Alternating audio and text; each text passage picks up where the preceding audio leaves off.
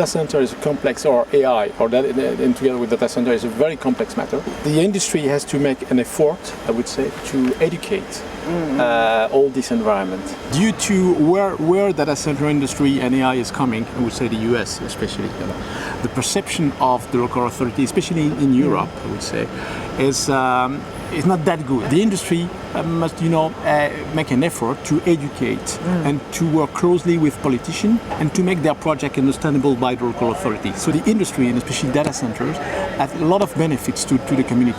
They are consuming electricity, power and water, but they also can play the role of consumer, I would say, to be part of the grid stability and to make their, for instance, waste heat available for the community. My vision is really to have a kind of data centers everywhere, could be everywhere, as soon as you have power, but you can also have on-site generation power together with grid connected. And that's something to be explained to the local authorities, to be part of it, and to become a benefit to the industry. Are you going to be investing in initiatives to educate? Of course. Every large project in terms of energy has to be explained.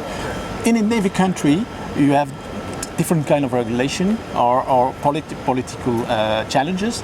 So you need to talk to the states, you need to talk to the local authorities, you need to talk to the people who give you authorization, permits and so on. And it's a bit complex, but it's also very nice, and because you make them part of your project. What are the main top 3 issues that they are normally concerned about?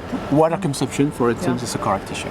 And the industry has to innovate, and the industry is now really innovating on that subject. So that's an element. Are people believing that? Well, misunderstanding is probably energy. They are considered as a heavy power consumer, which is true, but solutions are available, I would say.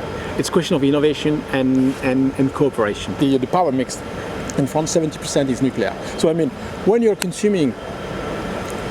are an energy consumer, power consumer, you consume 70% decarbonized energy already. And the rest is hydro, which is absolutely totally renewable, and a bit of wind and solar. So I mean that the energy mix in France, it's absolutely fantastic. This is why we've seen a lot of investment, a lot of announcement from tech champion, but also for big cola in France, because of the availability of decarbonized energy. And we are not talking about renewable energy, but decarbonized, I mean carbon free. And this is what the industry is looking for. And again, the grid is very stable. Do we know what is the net impact of France's use or heavy reliance on nuclear and other sustainable sources of energy? For the power consumption is carbon free. It means that you don't need to go through corporate PPA. I mean, you can do that using solar or wind, but you can rely on the sources, on the energy source of the energy mix in France. This is a new contract, is what Data4 signed with EDF. It's 40 megawatts, 10 years, sell price, nuclear. Most of the big players are looking for corporate PPA. Power purchase agreement. Phoenix is doing that, Google is doing that, Microsoft is doing that, Data4 is doing that. Everybody is looking for that kind of corporate everywhere in the world.